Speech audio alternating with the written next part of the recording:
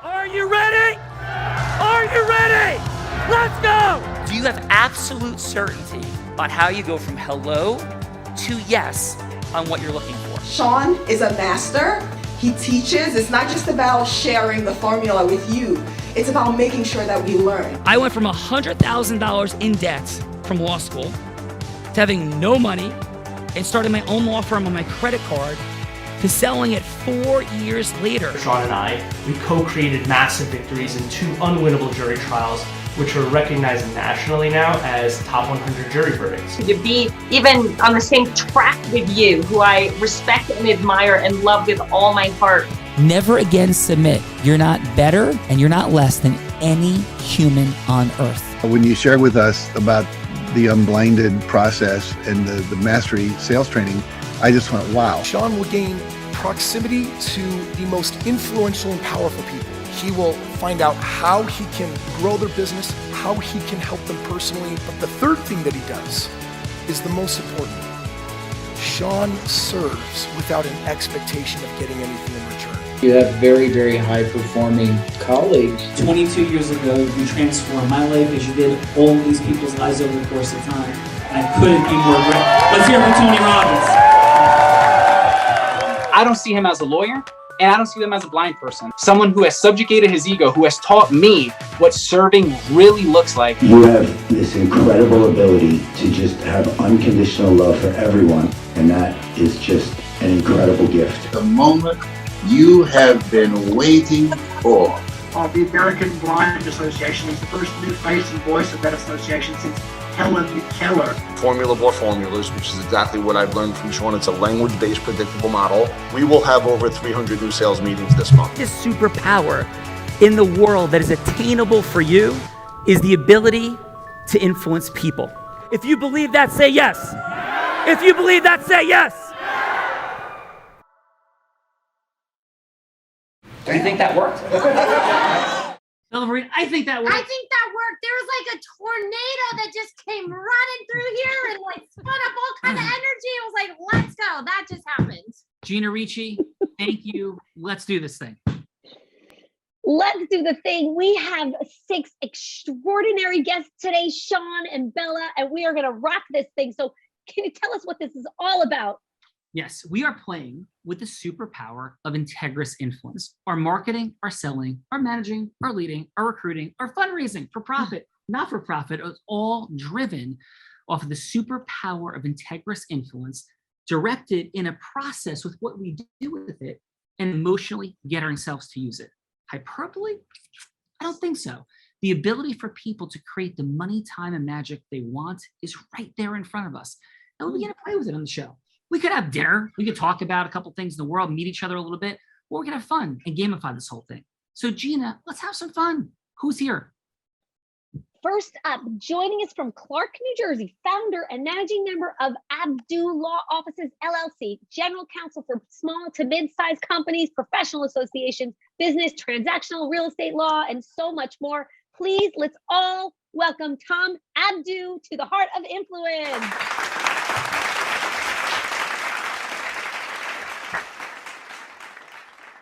How are you? I'm good. Thank you very much for having me. Awesome. Thank you very much for being here on this Trajectory Tuesday. So Tom, we like to start with a fun fact, something we might not expect about you. It could be your most proud moment. It could be your most embarrassing moment. It could be something you've never told anyone ever. Something about you though, make us go, hey, wow, Tom, no way. So Tom, please, what's your fun fact? Well, despite the fact that I'm a lawyer, and sometimes lawyers, as you might know, have a little bit of a stodgy reputation. I'm a big heavy metal fan. I love heavy metal. I took my son, his first concert was Judas Priest. Nice. Whoa. Oh, love Judas Priest. So what is your favorite Judas Priest song? I would probably say the Green Monalishi with the 2-prong crown. This guy's rocking the world. Okay, Tom, thank you. And what's your mission, vision, purpose, other than being a massive Judas Priest fan, bringing rock to the world? What's your mission, vision, purpose, Tom? Well, I just think that it's what I told my son when I was putting him to bed when he's 17 now. When he was about 4 years old, he asked me what I do for a living. And I said, I help people. And I kind of stayed to that. And I think and when I said that to him, he was very satisfied with the answer. And so the satisfaction of a 4-year-old, I think, is good enough for a 52-year-old. Beautiful, Tom. Awesome. Appreciate you being here, brother. And Gina, we got Tom. Who else do we have? We have one participant in the multiverse. I was thinking, what about introducing our extraordinary co-host, and then we'll go on to the judges. Oh, what a wonderful idea. This woman. I like that idea, Gina Ricci. It's a wonderful, wonderful issue. Started selling crafts on her front lawn as an 8-year-old. Think about the superpower of influence and also controlling our fear of rejection and failure. At 8, this woman was already mastering it. By the age of 19, she became a top income earner in another brutally tough industry, the space of network marketing, and was rocking the world.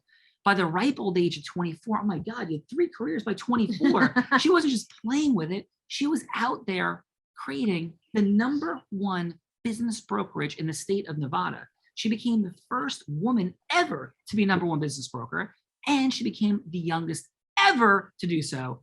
Then, she progressed on to being a speaker on stages around the world, making things happen, like $2.6 million being raised for charity on a stage in Utah recently. And she also helps businesses explosively grow and professional practices. Like in 2019, every business she worked with at least doubled their sales. My co-host, this heart-centered, redheaded, fiery, passionate, loving, peaceful woman, all sorts of interesting dynamics, the one, the only co-host of the Heart of Influence, Bella Burrito. Let's welcome Bella.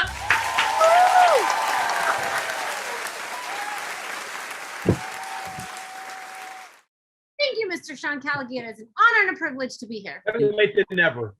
Yes. What's that? Better late than never. And what is your fun fact? My fun fact is this weekend I was out surfing with a blind guy who's teaching me how to surf, and I stood up on the board, and the ocean was like a warm 55 degrees ish. That's crazy. That is very crazy. Why would you ever surf with a blind man? Because he's actually a pretty good teacher, and one day I'm hoping I'm hoping I get to out surf him. Yes. Good luck. So, and you did a wonderful job in 55-degree water. Gina, we have our co-host. Who else do we have? Next up, and now we have 8 of our guests here. So next, we're going to Tamarac, Florida, in tech for 6 years, building software for colleges, universities, Wells Fargo, and PayPal awards as an emerging leader in the field of fintech. Mentioned as one of top 10 business women to watch in CIO Magazine, the voice of IT leadership, currently in financial planning, focus on estate and capital growth. Let's all put our hands together and welcome Bridget Jones to the Heart of Influence.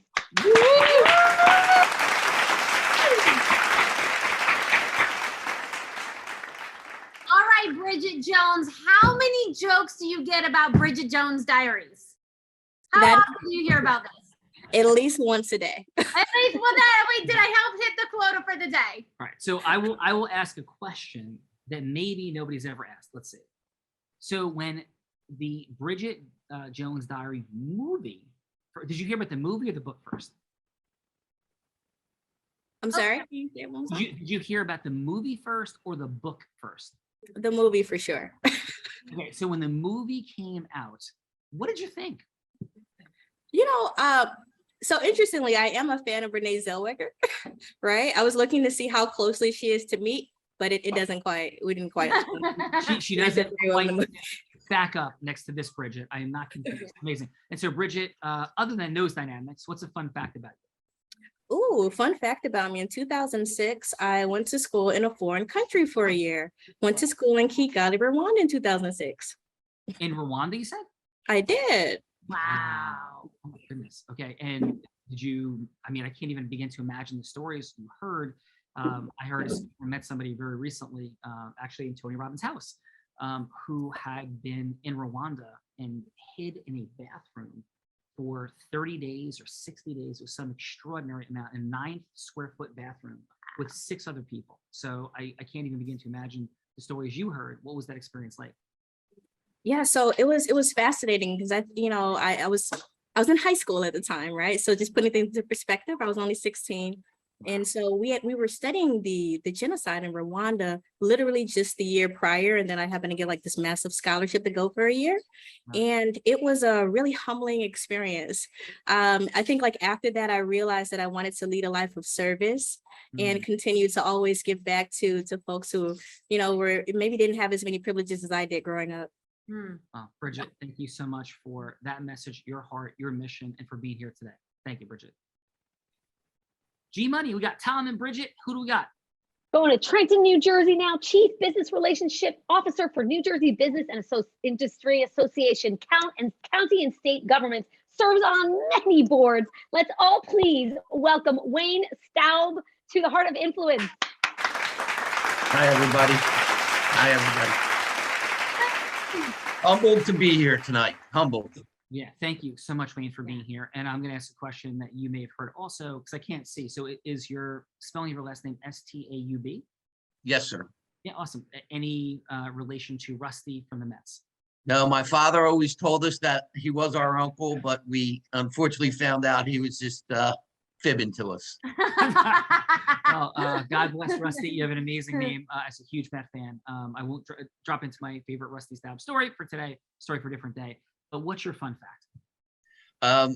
I guess my fun fact is when COVID first started, I did these quick little 1-minute videos that I put on YouTube. It started out with just going to some of my friends, and it grew to a couple hundred followers, nothing to the level of you guys, but they were silly and fun, and I did it for 80 straight days, and people were like, wow, it really helped. And it helped me get through those early days of COVID when I was struggling with it, to be honest with you. So brother, we talk, yeah, absolutely. We talk about being the they, right? And even comparing, I mean, you may have had a much larger impact than us, who knows? Or you may have impacted one life more deeply. And we talk in the concept of be the they, heard and blinded. It's to not be the person that says, well, they should fix this and they should do the thing. But picking up a camera and doing that 80 straight days for a minute a day, I'm sure you served many lives, brother. So thank you for being today. My pleasure. It was a lot of fun. Yeah, thank you for being here today. We're gonna have some fun. Gina, we got awesome people. Who else is here? Yeah, now we have 10. So next, joining us from Garden City. They're multiplying, like coming out of a clown car on the Heart of Influence Day. P.S. The show is normally capped at 8. I don't even know what's happening, but welcome to everybody. So G Money, yes, please. Next from Garden City, New York, a 4th-generation farmer turned his love for numbers and people and food into a business, 25 years in venture capitalist, investment banking, etc. And now is CEO of Evans & Company, 30 years as a financial planners, and so much more. Let's all please welcome Daniel Evans to the Heart of Influence.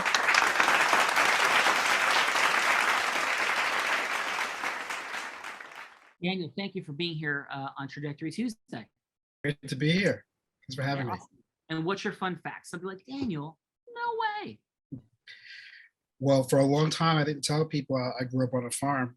And so when I shared that I was selling vegetables at 9 years old, had a farm stand, kind of blew them away. I couldn't afford school clothes. That's incredible. So my dad was like, you know, you need to go out and sell some vegetables. Go sell some tomatoes and cucumbers. Wow. Wow. And Daniel, Like, where did you do that? It's in Eastern Long Island, And like in East Hampton. And how did that feel for you? Like, how do you think that shaped your life? How did that feel when Dad's like, yeah, well, can't afford school clothes, go sell some vegetables? Like, what was present on your heart and mind? Well, when he said start a business, I thought he was talking about lemonade. And I was thinking to myself, I'm not going to ever make money selling lemonade. So he was like, no, I'm not talking about that. Sell vegetables. I just threw myself into it. And I think I do it a lot, even as an adult. I throw myself into things, like have an idea, I just go boom. I just start. It doesn't have to be perfect, but I just get started, I learn, I grow, and it's been fun. Amen, brother. Well, thank you for being here today at Heart of Influence. We're going to make some beautiful things happen. So thank you, Daniel. Gina, we got vegetable-selling, heart-centered humans that throw themselves into things. Who else is here? Next, from Essex County, New Jersey, hedge fund trading company, now in crypto for the past 3 years, helping people invest with crypto and Forex. Please, let's all join hands and welcome Daisy Clark to the Heart of Influence.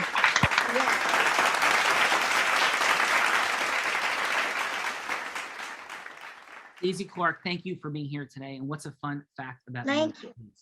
Oh, I love the Yankees. Whoa, Aaron Judge, Yes. a whole bunch of home runs. And I love music. Anything with art. I love. Beautiful. I Well, love it. Daisy, we are throwing down today because your Yankees are playing my Mets, and that's what's happening tonight at 7:10 p.m. Yes, Subway Series. Awesome, Daisy. And what's your mission in the world at this point? To make a change in people's lives. Beautiful. To help people financially, because the world is just going through so much right now. And I just want to make a difference. And cryptocurrency is huge. That's the wave of the world, and it's going to change. Soon everyone need to know some form of cryptocurrency. That's it's our new money. It's our new way of making transactions. And also it's our new way of saving just everything in crypto. Well, thank you, Daisy, for that. And Daisy, I'll share a fun fact. I met Bella on the blockchain. So thank you very much. On the blockchain. So thank you. Gina, we got Daisy. Who else do we have? We're now going to South Amboy, New Jersey.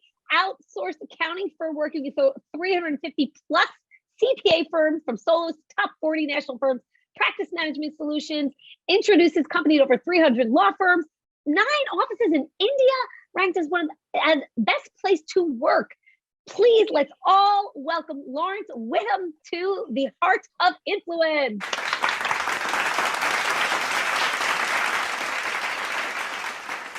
Lawrence, how are you? Good. How you doing? Sorry, I was a couple minutes late. No worries, sir. So I just want to make sure, did I hear your firm correctly? What firm are you with? It's QX Global Group. Beautiful, QX Global Group. And so what's your mission, vision, purpose in the world, Lawrence? Yeah, so we work with a lot of different types of businesses, but primarily with CPA firms in the US.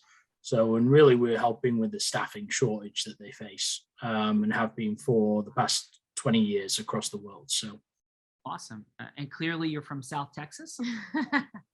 Yeah, so I guess you can turn it into my fun fact, I guess. So I'm originally from the UK, where we were founded, and then I helped expand and start up the business over here in the US about 9 years ago now. Awesome.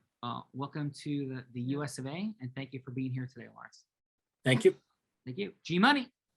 From the Upper West Side, New York City, law practice focused on trust and estate, intentionally tailored his firm to work with middle class and new business owners using highly competitive rates. Let's all please welcome Joshua Kaplan to the Heart of Influence.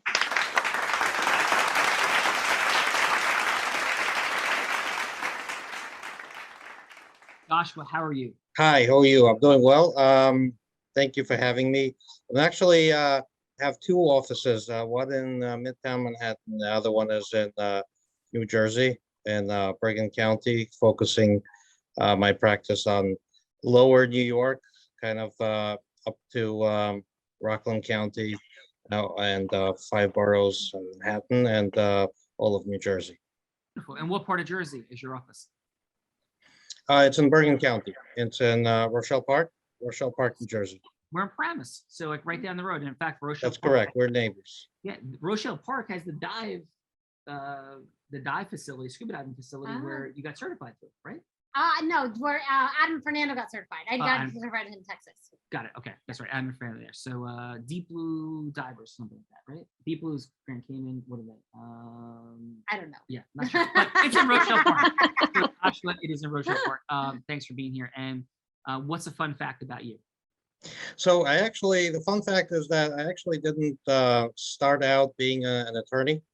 I am, my initial career was was a computer programmer and kind of morphed into system administration. So I used to run systems for New York Stock Exchange before they got taken over. Very cool. Awesome. Well, thank you for being here. And it's Blue Water Divers. I thought it was Blue Ocean Divers. Blue Water Divers. Blue Water Divers. Okay. Joshua, he'll get certified today for scuba diving. Gina, Joshua's getting certified as a diver, and he's helping people with their money, all the beautiful things. Who else is here today? Next, joining us from Kendall Park, New Jersey, Senior VP of U.S. Funding, 4 languages, 20 plus years in sales, insurance, banking, finance. Let's all please welcome Martin Hernandez to the Heart of Influence. Martin's the one like one of these. Yes. Awesome, Martin. Yes. And Martin, what is your fun fact, please, sir? It's funny because having done this a lot, it used to be like, oh, I was a grandparent, but I was, and I was a young grandparent, but now I'm old, so it's not a big now I got 6 grandkids, but now, I was like 41 and I was a grandfather. So that, and then I guess the other one I would use, but that's also, I've been a minister for 15 or 16 years. I served the Lord. I came out of beautiful. I was a drug addict and an alcoholic and a lot of other bad things. I was a good sinner, as they say. And I got saved, restored my family, and I went on to serve the Lord, and I've been doing it since for 30 some odd years now, 33 years now. So thank you. From masterful sinner to masterful person at transforming lives. Beautiful work, sir. And by the way, my co-host is in ministerial school right now. Wow, praise the Lord. Yeah, absolutely. So Martin, thank you so much for being here today. We're gonna have some fun. My pleasure. Yeah, Gina, we got people changing lives and hearts and all the beautiful things, G. Now we're going to Queens, New York. Insurance advisor at New York Life for 6 years. Worked with almost 1,000 people in their wealth and retirement portfolios and assist baby boomers in their senior years. Let's all put our hands together and welcome Guy Roberts Desir to the Heart of Influence.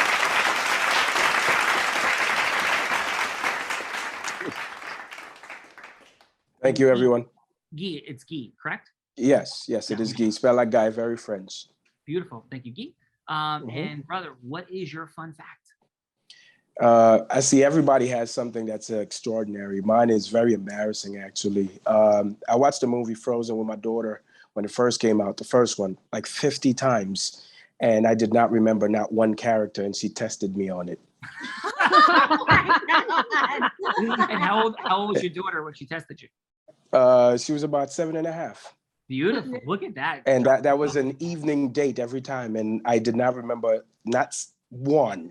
I confused all of them. And then at the end, that's when I changed career. So she's she's 13 now, turning 14. So I'm better for it. Is Ella in Frozen? Is Ella a character in Frozen? I think so. I believe But so. this is the most important question. No, don't do that now, because then I'm gonna forget every name. Don't do that now. This is really important, Geek. Can you sing the song? Do you know the words to the Frozen song? No. Let's not do this right now. On another show. Let's all do it together. I don't even I want you to let it go. Let it go. My daughter was in her high school play as Ella. So that is the only reason I know that. You cheated. And by the way, I'm not even sure it was actually Ella. Don't tell her. Right. Amazing. So, Guy, thank you for being here today. Thank you. Gina. Sean, our other participant came in from the multiverse. She's with us now, director, and she's our final guest of the day, director of marketing and business development at Henderson Franklin Legal Marketing Association Annual Conference Advisory Committee, 20 plus years in legal marketing. Let's all please welcome Gail Lamarche to the Heart of Influence.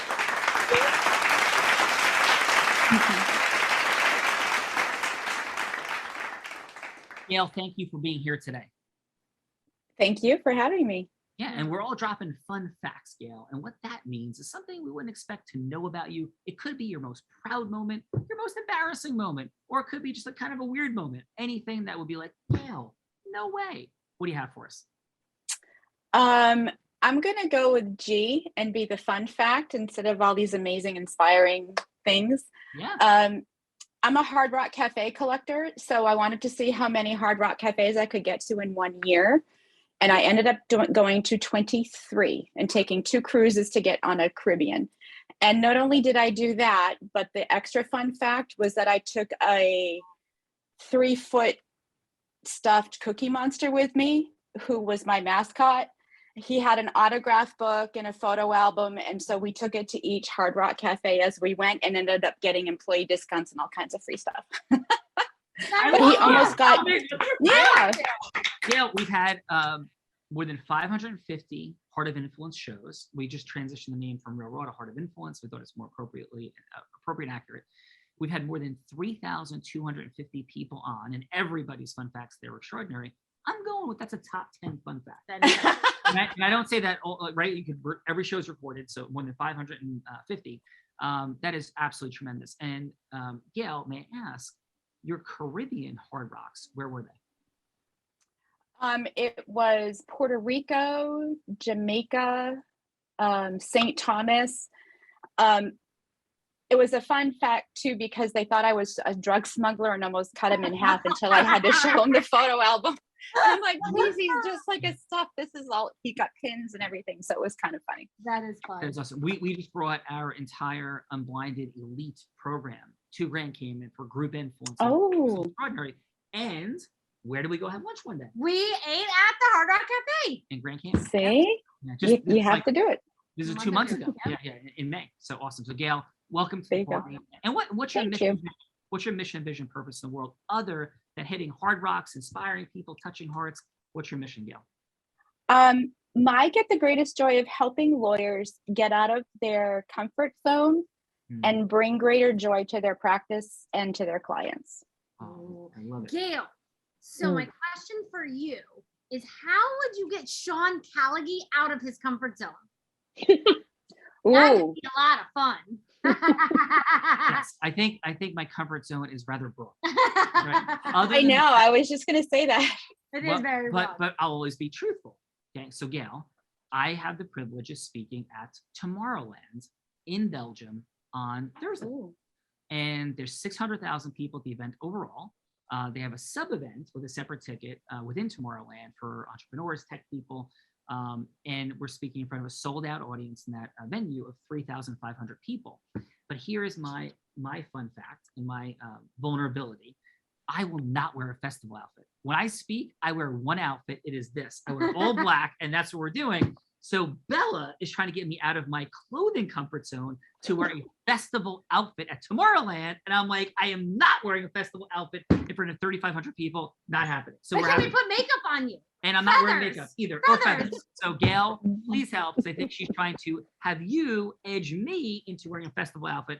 I think that's what's actually going on. This is what's happening. You know, Sean, the best advice I could give you is to blend the best of both worlds, because you want to welcome your audience. So you could still be in your black garb, but have a really flashy jacket. I like this, Gail. But Gail, we're friends. Yes, but I'm feeling like Gail's aligned with you. So I like Gail. I love Gail. I'm a little confused. We Gail, are friends. awesome job, and welcome to the party. Thank you so much. Thank you. All right. So let's get And this. Sean, wait, we had one more person join This us. is truly like Ringling Brothers and Barnum and Bailey Circus is happening. G, please. Joining us from New York, coming in from the multiverse, our final guest, financial services professional at Fortis, Lux Financial Investment Specialist, economic researcher. Let's all please welcome Christopher Bittman to the Heart of Influence.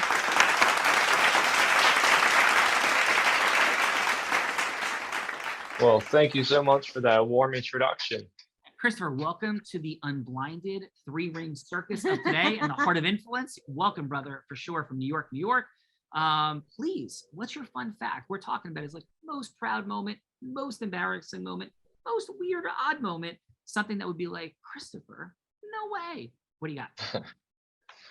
I guess for the no way, I'll start with that one. I got a short memory. I speak Chinese. No way. That's crazy. I went to Columbia undergrad in New York, New York.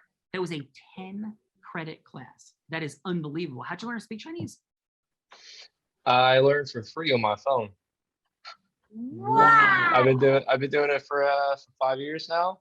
And then I was doing it before I moved to New York. I used to live in South Jersey. And so I moved up here, and I was like before that, I was like, oh, I'm never going to be able to use this, right? It's just something I learned for fun. And I realized there's a lot of Chinese speakers here. I'm like, oh, clientele, my friends. That's wow, amazing. that So, so sorry, you live in Newark? right? New York. New York. Oh, I heard New York. Yeah, I heard that originally. Right. Okay, awesome. And Mhm. what part of the city are you from? I was living in Brooklyn for a while and Upper East now. Oh, beautiful. Okay, so it's Upper West with the Columbia days. How's the city these days? What's on your heart and mind about where it's at? It's on my heart and mind. Well, it's this weekend was really hot, so that was something I don't like. But if you're talking about like the crime and that going up, yeah, that's not nice. Nobody likes that. No. Well, it's a little Looking bit at better costs than going to going Long up. Island right now because there's been 2 shark bites, Yeah. and it is Shark Week. So I want to make sure if you get really It's the hot, sharks that are really attacking. Yeah. absolutely come to our New Jersey beaches. We're having no shark attacks. New York beaches are having a few shark attacks. So that is my free advice for you, Christopher. Yeah, well, I'll definitely stay out of the water. But I surf yeah, on no, up here, things are getting expensive, but inflation's increasing everywhere. Looking at a lot of landlords hiking rent, and I think that was just held down from the past few years of COVID, and now they're able to hike their rents, and they're doing it now. It was deferred hike rents, I guess, and yeah. So what were the other questions? I'm sorry. Yeah, what do you think is the fastest land animal? How many, how many jelly beans are in our jelly bean counter on Blinded? No. So Christopher, super grateful for you being here. Gina, thank you. Let's get this party started. Let's do it. Okay. Let's do it. Have fun, everyone. Yeah. Yes. Are we? Please. Yes, please. Yes. So Gina, before you go, Gina, want Yes. to introduce my co-host, Mr. Sean Callaghy, only one of 2 attorneys to win 2 top 100 national jury verdicts, and the only one that's blind. Still the largest jury verdict today in the state of Arizona. And he speaks on stages like Disney and T-Mobile, and just recently on a stage before they had any idea that they could raise more than 200,000, Sean Callaghy rose $2.6 million for the refugees in Ukraine. And like he shoots 3-pointers, he surfs, and he wins at Carnival Games. My co-host, Sean Callaghy.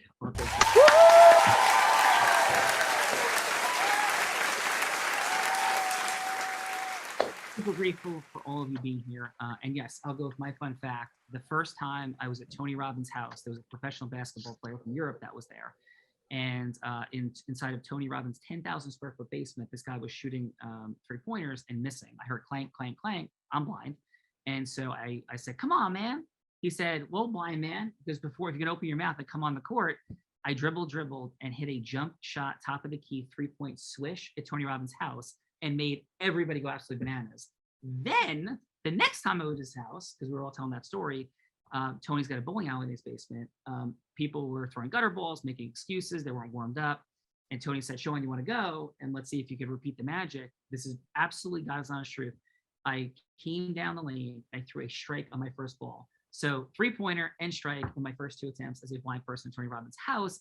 P.S. I will never throw another basketball or bowling ball there to maintain those records in absolute perfection. So that is my fun fact for today. In addition to the fact that I do stand for the fact that people with disabilities, people can overcome anything.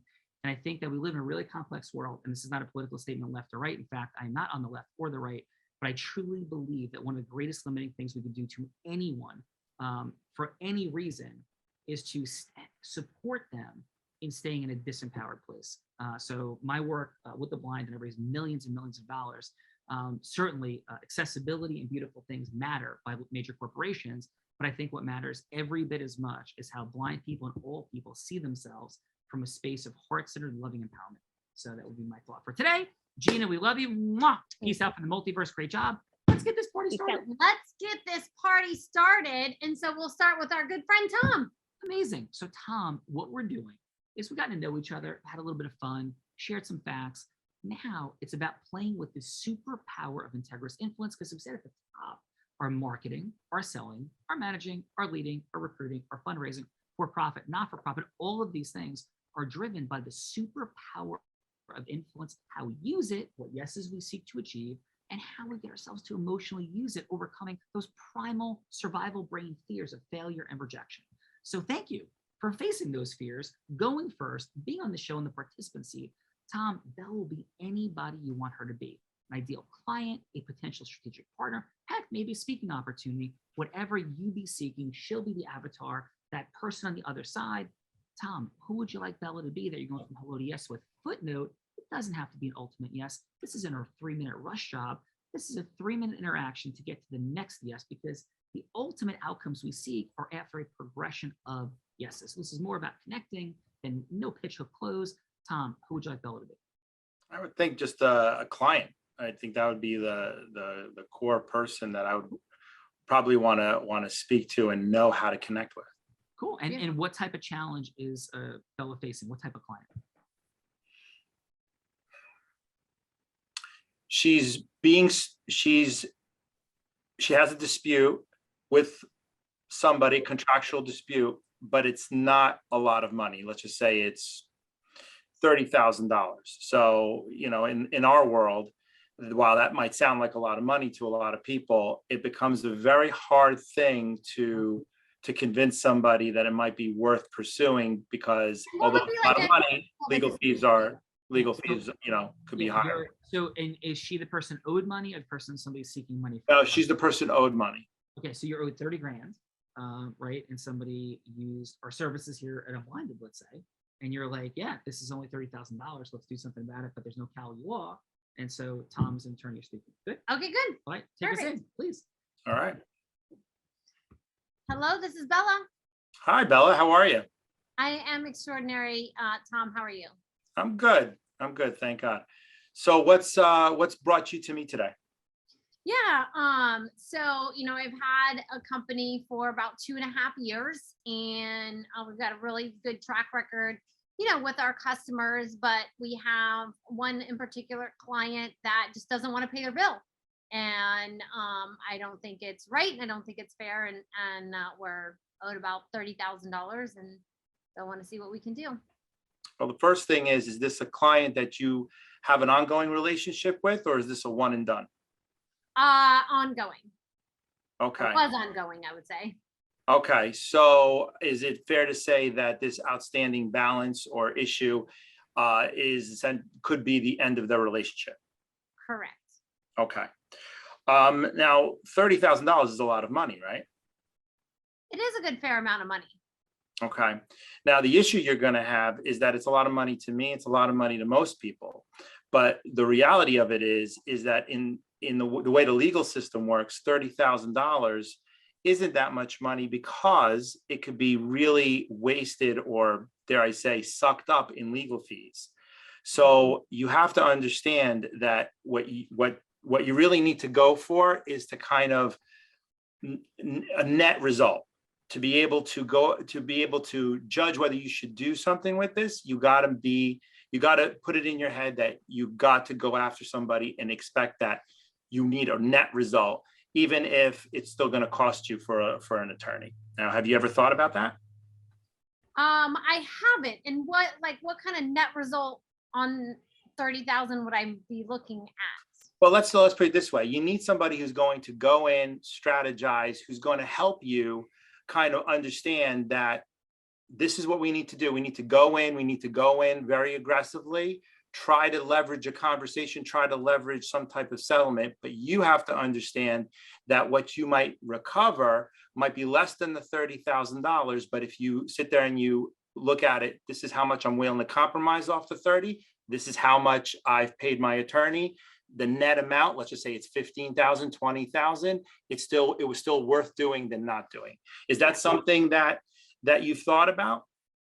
Not something that I've thought about, but I think principle wise, if we could walk away with 20 and serve a principal, I think it'd be worth it. Well, I think that as long as you understand that you are trying to get back something that you otherwise would have lost completely, and that you understand that I'm willing to help you do that, but you also understand that it's going to be almost very difficult for you to be made completely whole for that $30,000, all things considered.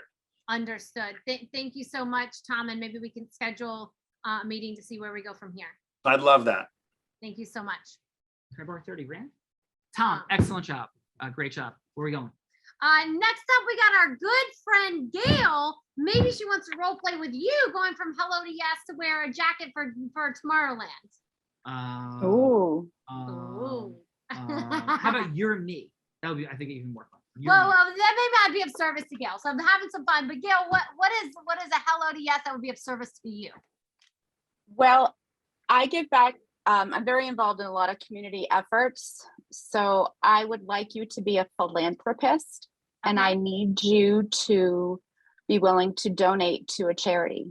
Beautiful. Ooh, you got some cash burning in your pockets, and maybe might be some philanthropists in this environment. Yes, There might be. Take us in, And I just had Sean's wallet in my hand, so let's go.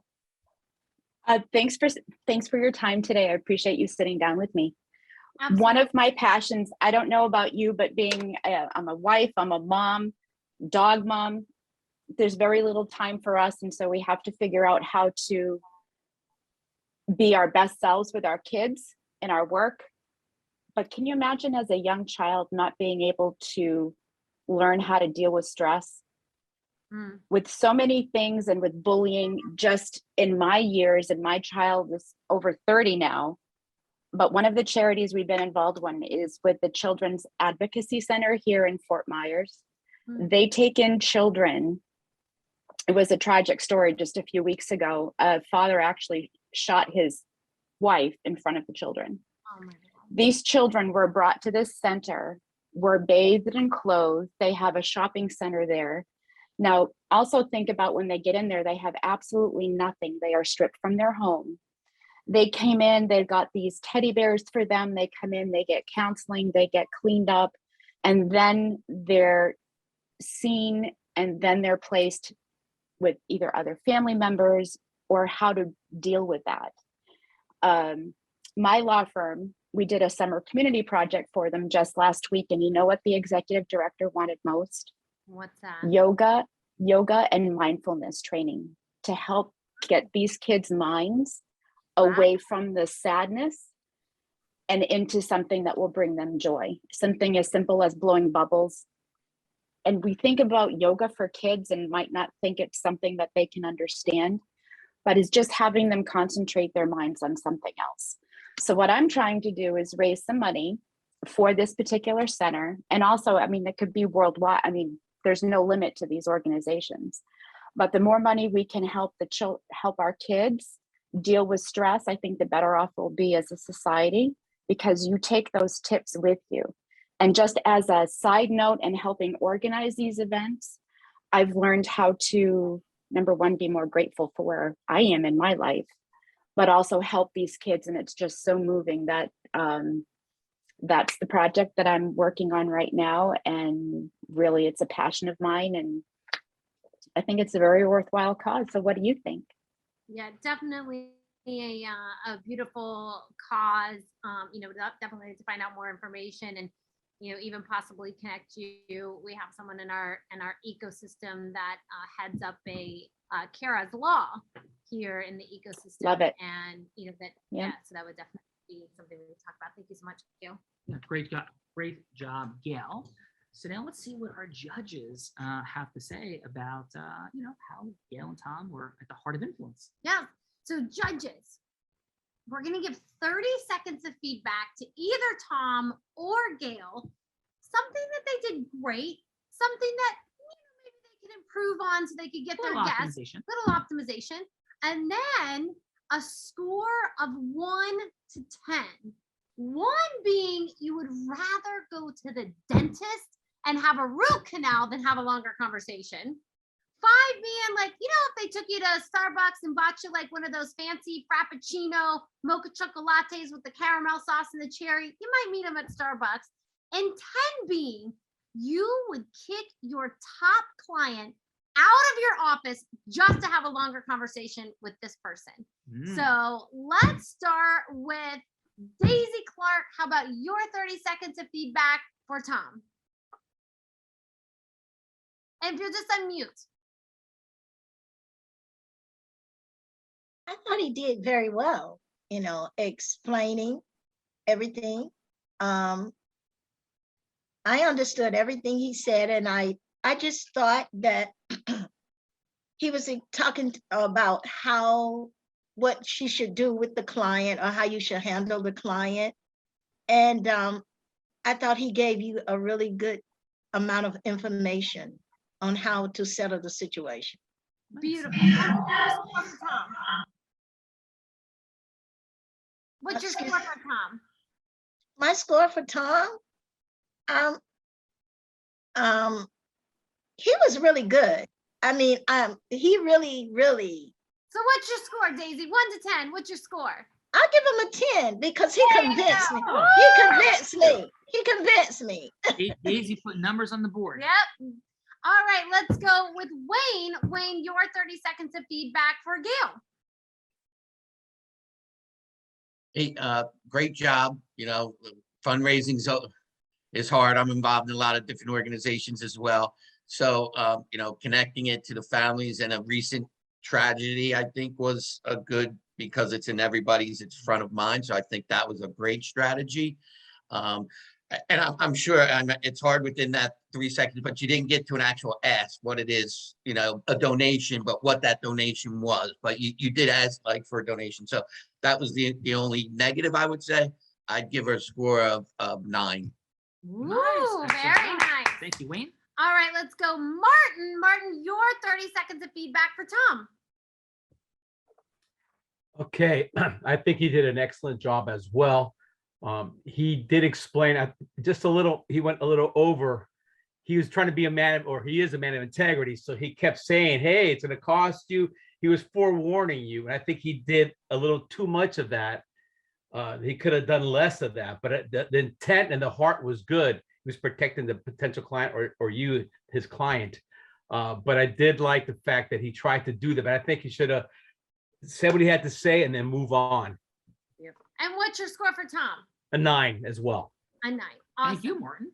And then I'm gonna mess up the name. Gee, yes, thank you, Sean Callaghy. Gee, because And I'm blind. And you're blind. I was like, I know it's not Guy. No, it's not Guy. Gee, how about your 30 seconds of feedback for Gail, please? Great job on both ends. I believe Gail did a great job explaining it. Just like Wayne stated, the only thing I would say, we didn't get to the ask. I think as we're trying to explain the pitch, it has you have to allow the receiver to have some time to think and also give you a response. And I think like by the end of it, you gave her about 10 or 15 seconds to give your response, which means that she didn't have enough time to give you what you needed, which is the reason for the call. So I say I give it an 8. An 8. Awesome. Awesome. Let's go with Lawrence and your beautiful little assistant there. How about your 30 seconds of feedback for Tom? Yep. So I figured you guys had 2 people on the screen, so I had to. So, but no, so Tom did, again, very good job. I thought he led the discussion very well by asking sort of questions around it as well, and in terms of your specific case scenario, and he sort of brought up the areas that you actually have to ask other attorneys as well in some cases as well, that maybe other people wouldn't have told you about, and just persuaded you to try and get into it. I mean, score wise, I would have probably said an 8 out of 10, but again, very, very good job for 3 minutes. So Beautiful. Thank you. Lawrence, thank you. Joshua, your 30 seconds of feedback for Gail. Yeah, hi.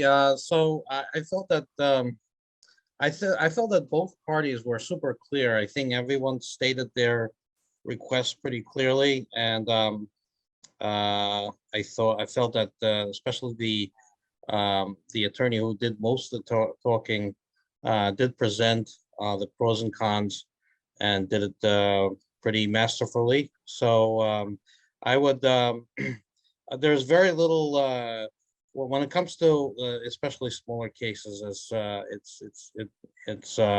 it is up to parties that are involved, and I think this was handled pretty well on both sides. So I would give it a 9 for both of them. Very nice. Thank you, Joshua. Thank you, Joshua. And let's go, Christopher, your 30 seconds of feedback for Tom. I really think Tom did a good job. I I really don't know much about like his line of work. I haven't really communicated with many in his industry, and so I think it was very concise, and I was able to understand it. A guy that really doesn't talk to attorneys. I usually talk to CPAs and other people. I should talk to more attorneys, and I think he had a good pace. He didn't get into too many details, and so I think it's really important for talking to a client. I would probably be his average client, right? Knowing nothing about what he does, and it was very smooth.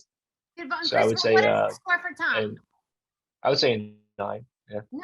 Awesome. Thank And you. rounding it out with Miss Bridget Jones, your 30 seconds of feedback for Gail. Hi. Hey, Gail. So, Gail, I've actually spent a little bit of time working with some charities, and being that we're both in the state of Florida, part of my score might be a little skewed, right? So, letting you know up front, I'm gonna be a little bit biased.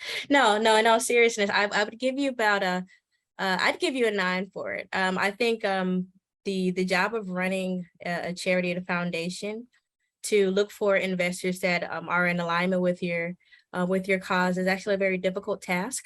I thought that you did a really good job with communicating the values and the missions. And I thought that you did a good job with connecting with the emotional core of folks who would want to invest specifically in your cause. So, I would give you a 9 for it. Nice. Yeah, excellent. Thank you, Bridget. So I think it's like nap time. I don't think so. No? No naps for you. Oh. You got me up at 5 o'clock this morning. Quarter to 5. Quarter to 5 to drive 2 hours to make a 7 o'clock meeting. No way do you get to take a nap and I don't. Okay. So what happens now? I think what we should do, because we put Tom and Gail on the hot seat, so it's time to do a little reverse role play and put your butt on the hot seat. Fine. And one of these She does fantastic, this to me every day. yes, it's the funnest part of And my I take day. you scuba diving, surfing, all around the world, to Belgium. Why me? Because mostly because you beat me at all of these things, and I don't really like it because you're the only person that I go to carnival games with and like Dave and Buster's with, and I still freaking lose, and you're blind. So this is my chance to get back at all of that and put you on the hot seat and see what you can do. So somebody here is going to get to do a little reverse role play and get to pick a scenario, and it can be any scenario, the hardest scenario that you could possibly think of, that Sean has to go from hello to yes. He has been President Biden that has had to convince President Trump of things. He's been President Trump convincing President Biden, even Putin. It was even what's the guy, the president of Ukraine? You were him convincing Putin to end the war, like all kinds of things. And my particular favorite, Gail and everyone, is Sean one time had to convince a very conservative New Jersey attorney on why he should go to Burning Man. So it could be any hello to yes scenario, or it could be, getting a client yes or a charity donation. So Sean, how about you choose a number between 1 and 10? Okay. I will go with my I'll go with my high school baseball number of 4. A 4. So that would be Mr. Martin Hernandez. Ooh. So Martin, you can take on the challenge. You can set the scenario for Sean, or you can pass it to somebody else, whichever you choose. All right, it's a good question. I'm looking at me. First of all, I always think I'm number 1, and then I'm looking at my screen. It looks like I'm number 1, not number 4. Yeah, you're always number 1 on your own screen. Sean can't see the screen. So. I don't know. I don't have anything interesting. Maybe I'll pass it on to the next person. Well, how about you get to pick and assign it? So like the next person, like you decide who it's going to go to. So who do you pick here to assign this beautiful task to of putting me on the hot seat? I'm going to give it to Tom because I don't think he had enough time. 3 minutes wasn't enough for an attorney to do what he had to do. So I'm going to go with Tom. Tom. He's number 2 on my book here on my screen. He's number 1 on my screen. So Tom, what do you got? What do I got? So now I have to choose for Sean to be anybody. Yep. Yeah. And So it could be In any political, situation. could be Yes. political, could be a professional situation, whatever. All right. I would choose Sean to be President Biden. Oh. And what are we going to do about immigration? Okay. So And how do we solve the immigration crisis or situation? Some people look at it as a crisis, some people don't. In a way that's mutually or universally, I think, accepted by, I guess, the majority. Okay. So Tom, this is awesome. Yeah. We just gotta, if I could ask for a little more clarity. So we need to get a yes from someone. So I'm President Biden, and I'm seeking a yes to something from someone. So what would I be seeking a yes to on immigration? I guess to make it more of a challenge for you, Sean, how about yes to the border wall? So I'm seeking a yes to build the wall, and I'm President Biden. Who am I seeking? Here's the whole thing. No, you're not president. That's what I want to understand. It's you're going to be President Biden, or you're going to be going to President Biden trying to get him to say yes to something? I'm going to be whomever you tell me I am. Okay, then I think the scenario is I want you to be somebody that would go to a President Biden and say yes to the border wall. And the reason I picked that is not because I'm for or against it. It's just because I know that's something that that somebody like President Biden has said he's against. So I'm just interested to see how you would pitch that. Ooh, and Tom, would you like to play President Biden? Sure. All right. And would you want to make me President Trump? If you want to be, or you could be any other person who's weighed in on the issue. Okay. So you picked. You want me to be a random person, President Trump, or a specific person? You could be President Trump. It's fine. Okay. So, all right, President Biden, I am super grateful for having this opportunity to communicate. And is it still a good time for our 3 minutes, Mr. President? Sure, absolutely. So, Mr. President, candidly, I'm shocked that you've accepted this conversation. We did sign all NDAs. Neither of us could use this under the penalty of extreme consequence. So thank you for that. If I can ask, what prompted you, President Biden, to accept this 3-minute conversation with me? Well, as you could see, we have an issue, and the issue is that since I've been president, that there's been an enormous amount of, migration going through the border. I'm very concerned about human trafficking. I'm very concerned about fentanyl. I'm very concerned about these issues. People, thousands of people coming in, sleeping under a bridge. That was never the intent, but at the same time, I want to make sure that everybody knows that America is still the land of opportunity and that we're open to everyone around the world if they have the wherewithal to come here. But but obviously now we have a situation. Yeah, well, thank you, Mr. President. And before we go any further, and I know we have a short window, and my proposal is going to be for a longer conversation. But first, I would like to apologize to you and to tell you that I'm going to apologize publicly. I still believe in the wall. And as I've reflected upon my presidency, I really do feel that some of the things I did disruptively in running for president originally were actually necessary. I'm not proud of them, but they were necessary to disrupt and open the listening of people to some of the incredibly systemic problems. And I do believe in opening the listening of humans. Where I erred, however, was during my presidency, my communication patterns were not presidential. And I think that things could have been a lot different had I communicated differently, because I think many of the policies that I was articulating were very consistent with things that you believe in and the American people believe in. My style of communication was suboptimal. Most importantly, for purpose of our conversation, I apologize to you for how I communicated with you. For me, calling you by your last name consistently, me not honoring your position prior to being president, and once you have been president. And regardless of whether or not you accept a longer meeting with me about this immigration dynamic, I'm going to apologize to you and the American people for how I communicated, and I'm going to shift that in seeking to bring unity to our nation. So I could hope President Biden would at least consider accepting my apology. Well, I really appreciate that. I mean, I think that a lot of times people look at politics as a spectacle, but it shouldn't come in to be an obstacle, I think, to good policy for the benefit of people. So I appreciate you reaching out and kind of making that, that acknowledgement. And of course, I accept your apology. I think that I was open to an apology by inviting you here to talk to you about this issue. So I think that it's time for people to put down their egos and to really get to the business of the people. Yeah. So I do appreciate that. And I thank you for that, Mr. President. And it is disappointing that you're facing many of the same dynamics that I faced.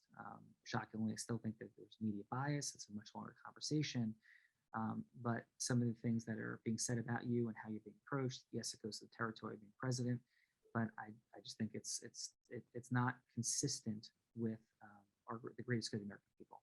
That said, I truly do believe that we have an immigration crisis. And obviously this is a land of opportunity, but clearly the interpretation of positions that go out in the media, whether it's left or right, media that on the left or right, is dramatized, it is creating division, and it simply isn't true.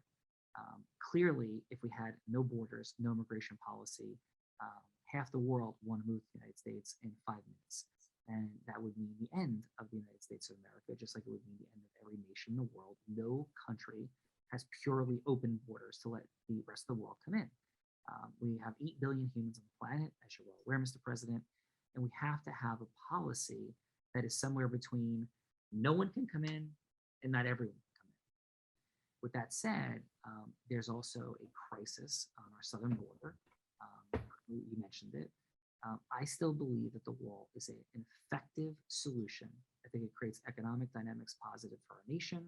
I think it also creates a statement that can be morphed from how some of my supporters may have overextended that statement, interpreting some of the things I said along those lines. I love the Mexican people, but I do believe that we can create a much healthier slowdown of illegal immigration to protect our nation through completing the wall. I think there's been a lot of misinformation that's been spread about the inefficiency of the wall, and I do think it would be not only appropriate to consider, but dare I say, I'll bring data and science to show that we would have a massive slowdown in illegal immigration.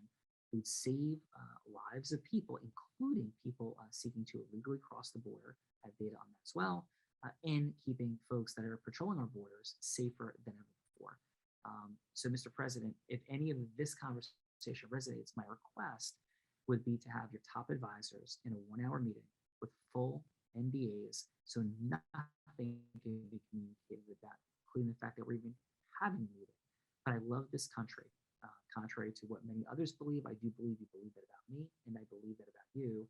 I think if we sat together for an hour, we can come to a very reasonable understanding of how to support our nation's borders and healthy immigration policy with a unified message that would go out that would have a larger positive effect of taking much of the division energy out of this country. In fact, Ray Dalio, one of the smartest people in the world, who PS consults China as a nation on their finances, is worth $18 billion.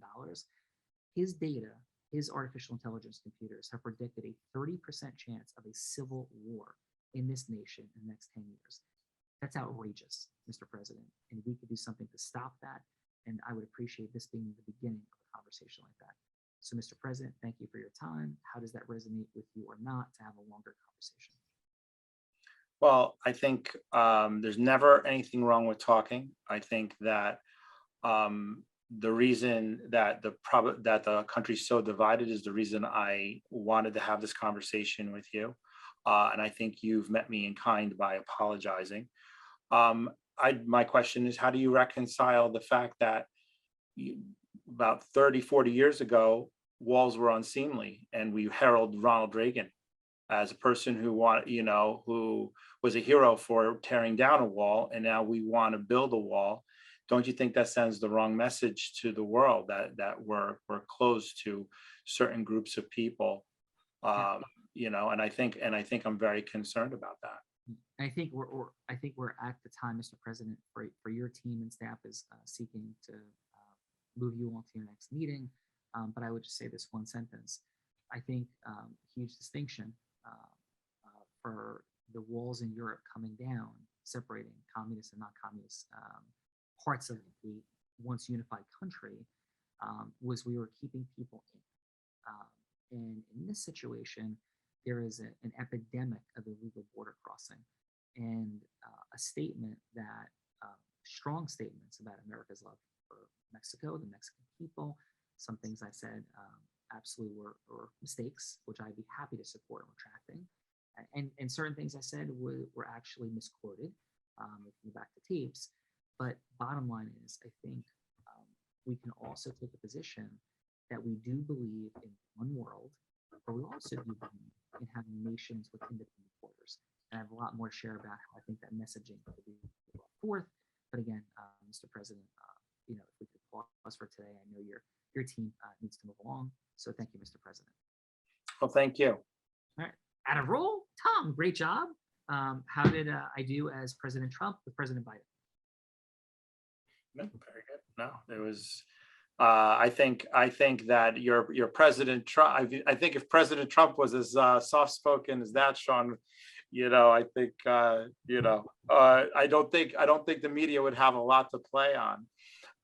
But yes, no, I think that it's at least from my point of view, I think that that's effective. I think that what you sought to do, if I could just comment, was to take the personality out of it and to always redirect it to the substance. So if you had to apologize, you apologized. If you had to give assurances that this was a private conversation, whatever it is that you sought to kind of take the personality out of it so that you could focus on the subject matter. That's, I think, the first thing I saw or realized. Well, thank you for that, Tom, and great job, truly. Gail, how was that for you, the dynamic of President Trump and Biden? How'd we do? I think you should run for president. Yeah, my vote. Thank you. I appreciate that. Yeah, that is right. I appreciated your humbleness. It was definitely sincere. You owned your mistakes, and you had reflected positivity in how you were presenting things. And I think that even just the soft spokenness, I'm like, oh my God, if people could just do this more often, we would be in a better place. That's the work that we teach to the world, and how to build, grow, and scale business through that superpower of heart-centered integrous communication. It's what freed me from a path when I was 27 years old, going blind, 6 months out of law school, to start and build a 40-person law firm in 2 years. And it was through the study of this and what to do with it in marketing, selling, leading, managing, growing, building. So thank you for that beautiful acknowledgement. Gail, how was your time with us on the Heart of Influence today? Oh, it was wonderful. It's funny. I've worked in legal for for 25 years now, and people always think that you need to be a bulldog. You don't need to be a bulldog. We've had great attorneys that have never raised their voice in their life and were great litigators. So it's connecting, it's being genuine to your clients, and you clearly have that mastered. So thank you for sharing that vision with us today. Thank you, Gail. And I had the privilege of also exposing the largest Ponzi schemer in history of South Florida, putting in prison for 45 years. Scott Rothstein is an MSNBC American Greed episode. I was the first person afforded with the FBI. And in the 2 top 100 national jury verdicts that we discussed, they were both in business cases where we put a lawyer in prison, somebody else in prison, and the Inspector General of the state of Arizona on the witness stand, who had lied and released a lobbying, biased, false opinion. And the jury in both cases awarded us not only 8 figures of compensatory damage, but 8 figures of punitive damages because of this approach. So thank you for seeing us. Thank you for seeing what's happening here, whether it's courtroom, whether it's marketing, deposition, whether it's leading, managing, recruiting, it's all the same thing. It's about the ability to connect and go from floor to yes with integrity. And Gail, you clearly represent that. Thank you for being here today. Thank you. Thank you. And someone said they're having a hard time hearing you. So if you Oh, just I'm speak sorry. up a Yes, little I bit. will speak up. I was too soft-spoken Yes. in the case. So let's go with Martin. Thank you for passing that scenario beautifully, assigning it. How was your time, Martin, on the real raw with us today? It was fantastic. You guys did an awesome job. I'm glad I gave it to Tom because I wouldn't have handled that. You seemed like a declawed Trump, so that was really good. Like you came at it very well. Like Gail said, you had the right attitude. The heart of a servant, and that's all that always comes through. It was time well spent. It was good to see and meet all of you. It was a pleasure. To see there's good people out there, because you don't normally see a lot of good people at one time. If you watch TV, you see bad news, not news, just bad news, period. So it's a pleasure to see you guys and hear your positivity. Yeah. Well, brother, I believe this. Thank you for those beautiful words. I truly believe this. I believe everyone is truly good. I think everything every human being does is either an act of love or a cry for help. And even some of the most heinous things that people do, I think, are just cries for help. And at one point, they were really heart-centered, good people, and things happen. And it doesn't mean we don't need to put people in jail. It doesn't mean all the things.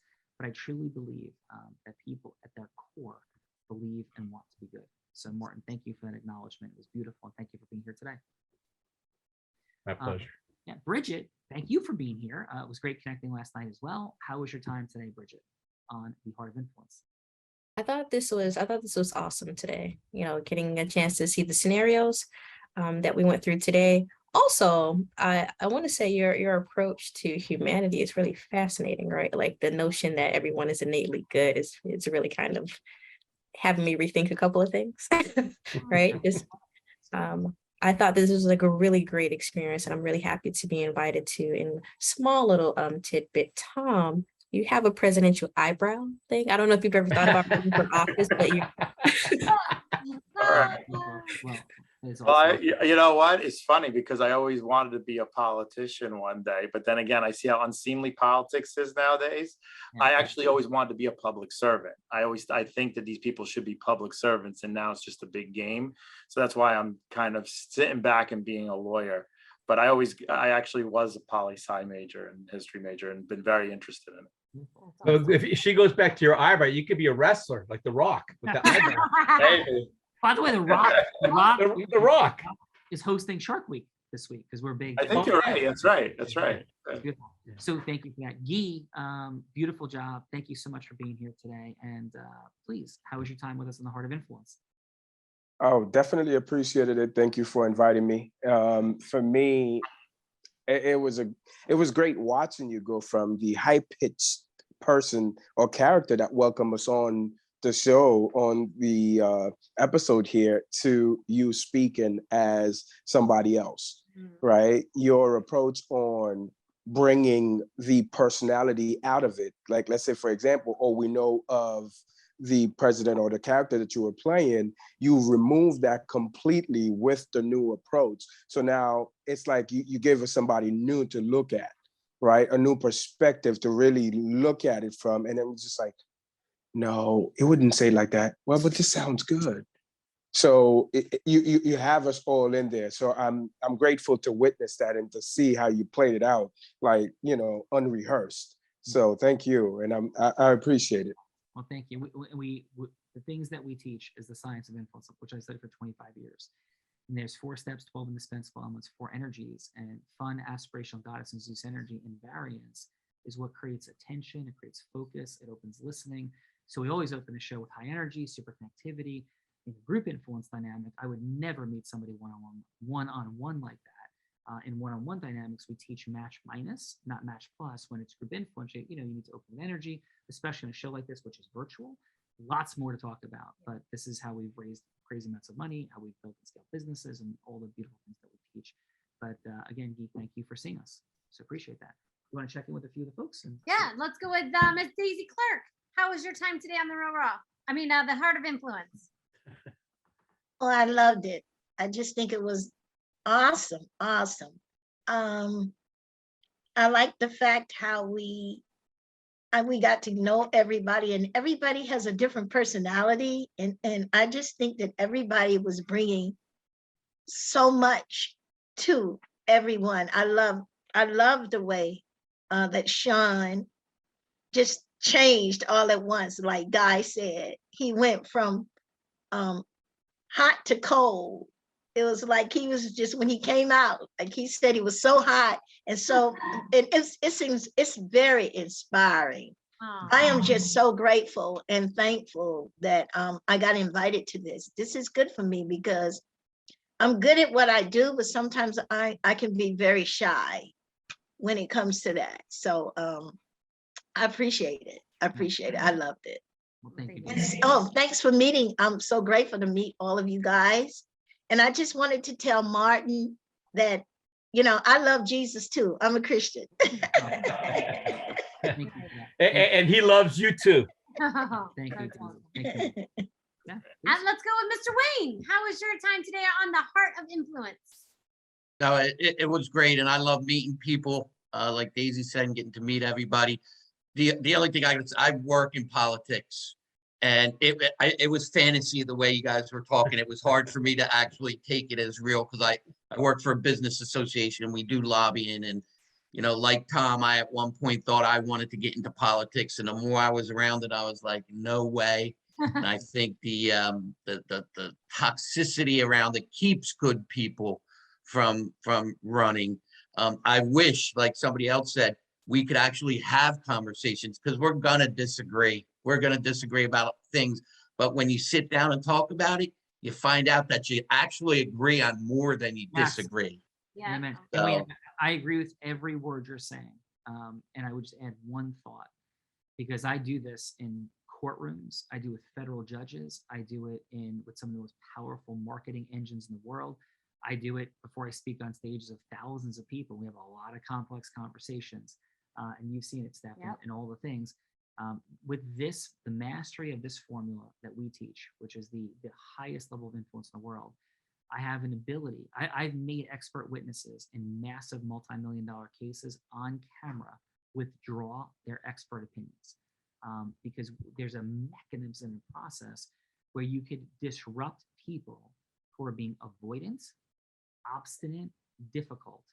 And if you, and dare I say, if you put me in a room with Donald Trump, I would bet $250,000, which I have for charity in the world. I have a $250,000 bet out that I could influence anyone on a neutral set of facts with humility, because we can always corner everyone and disrupt people who are lying, people who are being intentionally disrespectful, and there's mechanisms to do that, just like in wrestling. I was a wrestler in high school and baseball, football player. There's mechanisms to truly disable people to be difficult. So people either really love me, which is most people being candid, or a few people really hate me because they can't get away with the way they normally try to bully people, communicate, manipulate, lie. So just hold space for that possibility, Wayne. And thank you.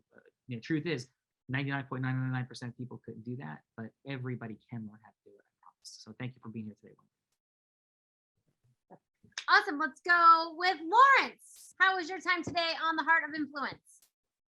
Yeah, it was good learning about current events. We don't have these problems in the UK, so no, I'm joking. Yeah. Okay, Boris.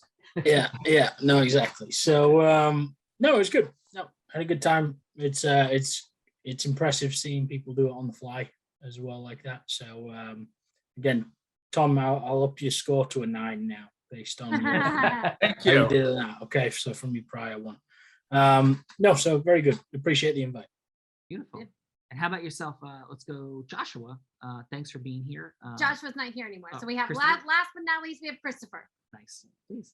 Christopher, how was your time today on the Heart of Influence? Well, I think it was very interesting to see how experienced, I guess, Sean is in this. Yeah, I think you should be an actor, right? You should be on Hollywood. But yeah, it's really important to be able to role play. I don't think enough people do it in the well, you guys aren't in my industry, but like these attorneys, but Yeah, in all industries like ours, we should all be role playing more often and discussing these things with people, because it's like the most important part of the job. And I don't think I do it enough. I don't think anyone else does either. That's awesome. Well, thank you, Krista, for being here. All the beautiful things, and just for Fun Energy. We do own a financial company, and that financial company, once we became a part of it, went from 8 sales meetings per month to more than 1,000 sales meetings per month. So it's not just the ability to create influence; it's what you do with it, the partnerships you create around it, and how you scale and build and grow. And Christopher, thank you for being here, and your contributions today are deeply appreciated. Joining more than 3,250 people that have been on this beautiful show since its inception, as one of the COVID took a lot, but COVID gave a lot, and that gave the show. So thank you, Tom. Again, beautiful job. I know you appreciate the our work together. How was your overall experience today, Tom? Take us home. You know, Sean, I mean, everybody had great comments, and but I will comment on one thing that really stuck out. I think a lot of times, like if you ever go to a party, the party takes on the personality of the host.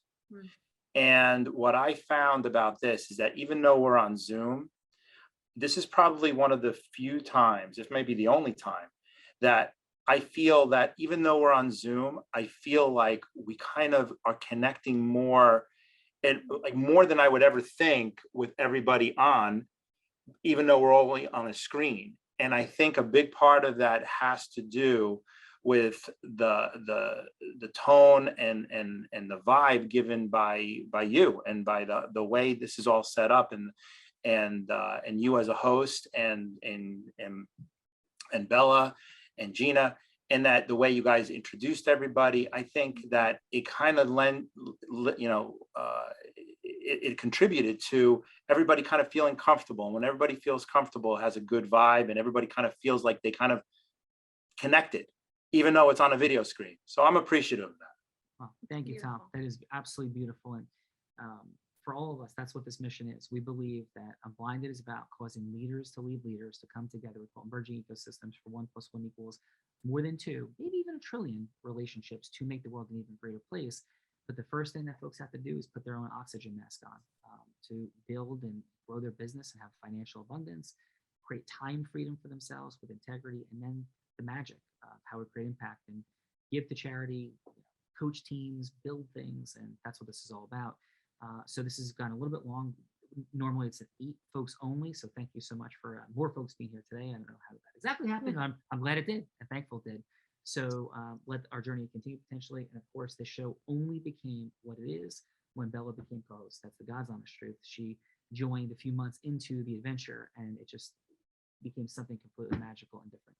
So please, final Bill. Yeah, just real quick, so I know you'll got to jump, and just want to say thank you so much, Tom. I think you said it best, and I truly believe there's no one that other than maybe Oprah that makes more people feel heard, seen, and understood than Sean Callaghy. So, definitely want to invite everybody back to spend more time with us. So Yeah. Sean, back. Yeah. And so we have strategy sessions for folks to talk about like how to build, grow, scale, do things. My partners in that include Adam Gugino, who took his company from $3 million to $750 million, Inc. 500 magazine, 3 consecutive years. I took a law firm. I started no equity. No money, period. No relationship capital, no teammates, from 0 to 40 people, sold it, built a second law firm, which I currently own, Callaghy Law, from 0 to 100 people in 2 years. These are all real things that happen. But much more importantly, the amount of money we've raised for charity, given to charity in the millions and millions of dollars, including just 2.6 million recently. All of that is with the superpower of integrous influence, what you do with it, how you get yourself to use it. So much more is possible. Let's break up with the news and watching TV, and let's get to doing the beautiful things to build, grow, and scale our dreams. Hopefully this is just the beginning. If it's not, we wish you all the best in the world, but there's more for us to do together.